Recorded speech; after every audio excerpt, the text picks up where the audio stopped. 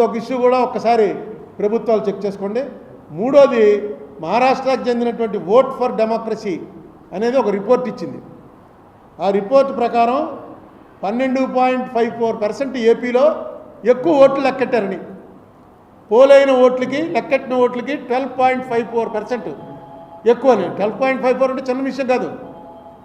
అలాగే పక్కనున్న ఒరిస్సాలో 12.48 ఎక్కువ లెక్కెట్టారు అని అతను ఒక పెద్ద లిస్ట్ ఇచ్చారు. వాడు ఎవరి ఓట్ ఫర్ డెమోక్రసీ ఇది ఫుల్ సర్క్యులేట్ అవుతుంది.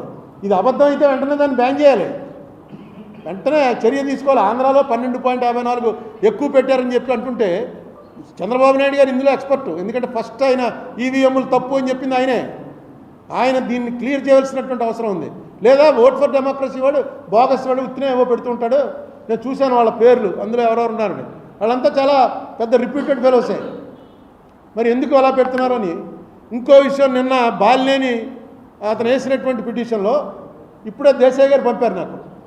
దేశాయ్ గారు పంపిన దాని ప్రకారం చీఫ్ ఎలక్టోరల్ ఆఫీస్ మీనా గారు 26/6/2024 నాడు ఒకటి ఇచ్చారు. అది అందరికీ కూడా తిరుగుతోంది, మీకు కావాలంటే పెడతాను నేను.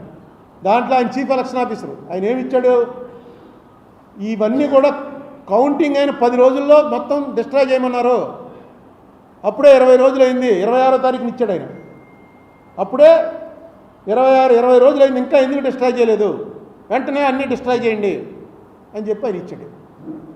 అది పంపిస్తే అది చూసి నేను ఆశ్చర్యపోయి దేశాయ్ గారిని అడిగాను, ఇదేంటండి బాబు అని. వెంటనే దేశాయ్ గారు యాక్ట్ తీసి పంపించాడు. Section 81 of the representatives of people act. ఇప్పుడు అదే ఇక్కడ వచ్చి కూర్చుని రాసుకున్నది ఆయన ఇందులో పంపించాడు వాట్సాప్లో. దాని ప్రకారం 45 రోజుల వరకు అది సురక్షితంగా పెట్టుంచాలి. ఎందుకంటే ఎలక్షన్ పిటిషన్ ఎవడన్నా వేస్తాడేమో, ఎలక్షన్ పిటిషన్ వేసేటప్పటికి అన్నీ కూడా సురక్షితంగా ఉండాలి. 45 డేస్ టైం ఇచ్చింది యాక్ట్. మీకు గుర్తుందా, జక్కంపూడి రామ్మోహన్ రావు గెలిచినప్పుడు వడ్డీ వీరభద్రరావు కోర్టుకు వెళ్ళాడు. కోర్టుకు వెళ్తే అన్నాళ్ళు పట్టింది, 3 ఏళ్ల తర్వాత కౌంటింగ్ చేశారు. 3 ఏళ్ళ ఆయన 45 డేస్ కాలదోషం పట్టకుండా కోర్టుకు వెళ్ళిపోయాడు. కానీ యాక్చువల్గా అది వాయిదాలు పడి 3 ఏళ్ల తర్వాత కౌంటింగ్ చేశారు. చేస్తే 650-700 ఓట్లతో నెగ్గాడరా రామ్మోహన్ రావు అనుకున్నది 200-250 ఓట్లు కాదు, తప్పు, ఇతను నెగ్గింది 340 ఓట్లతో అని వచ్చింది జడ్జిమెంట్. ఇక అసలు మీరు 10 రోజుల్లో మొత్తం డిస్ట్రాయ్ చేసేయండి అని అంటే ఇంక ఎలక్షన్ పిటిషన్ ఏమి వేస్తాడు. అసలు డిస్ట్రాయ్ చేసేటువంటి కంప్యూటర్లు ఆన్లైన్వి. ఇప్పుడు దానికి ఏమంటున్నారు వాళ్ళు, మీరు రండి మాక్ పోలింగ్ పెడతామని. మాక్ పోలింగ్ అంటే మనందరం వెళ్ళి ఇక్కడేమో చెప్పాలి, మేము ఇదిగోనండి మేము సైకిల్కి కొడుతున్నాం, మేమేమో ఫ్యాన్కి కొడుతున్నాం అని రాసుకుంటారు. అక్కడికి వెళ్ళి మనం సైకిల్కి ఫ్యాన్కి కొట్టాలి, చూపిస్తారు. ఇక చూడండి మీరు చెప్పినట్లు 12 మంది సైకిల్కి కొడతా ఉన్నారు, 12 వచ్చాయి. 80 మందికి ఫ్యాన్కి కొడతా ఉన్నారు, 8 వచ్చాయి. ఇది చేస్తారట పిలిచి మాక్ పోలింగ్ అని. ఇప్పుడు మాక్ పోలింగ్ అంటే అది ఇంకేముంది, మాక్ పోలింగ్ కూడా కావాలండి. ఆవేళ పోలింగ్ అయింది కావాలి, కానీ ఆ చిన్న స్లిప్పులు వస్తాయి. ఆ స్లిప్పులు ఎందుకు, ఇలాంటి కంటింజెన్సీకే. ఇలాంటిది ఏమైనా వచ్చినప్పుడు స్లిప్పులు లెక్కడానికి ఆ స్లిప్పులన్నీ డిస్ట్రాయ్ చేసేసారట.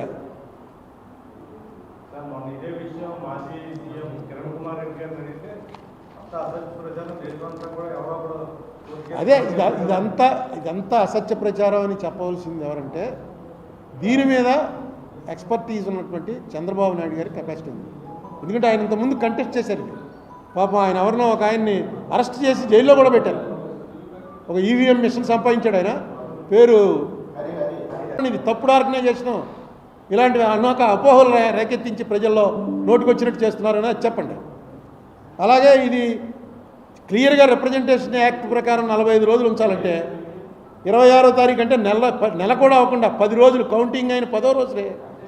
26 అంటే 20 రోజులు, కౌంటింగ్ అయిన 20 రోజులకి మీనా గారి ఆర్డర్ అలా ఇచ్చాడు.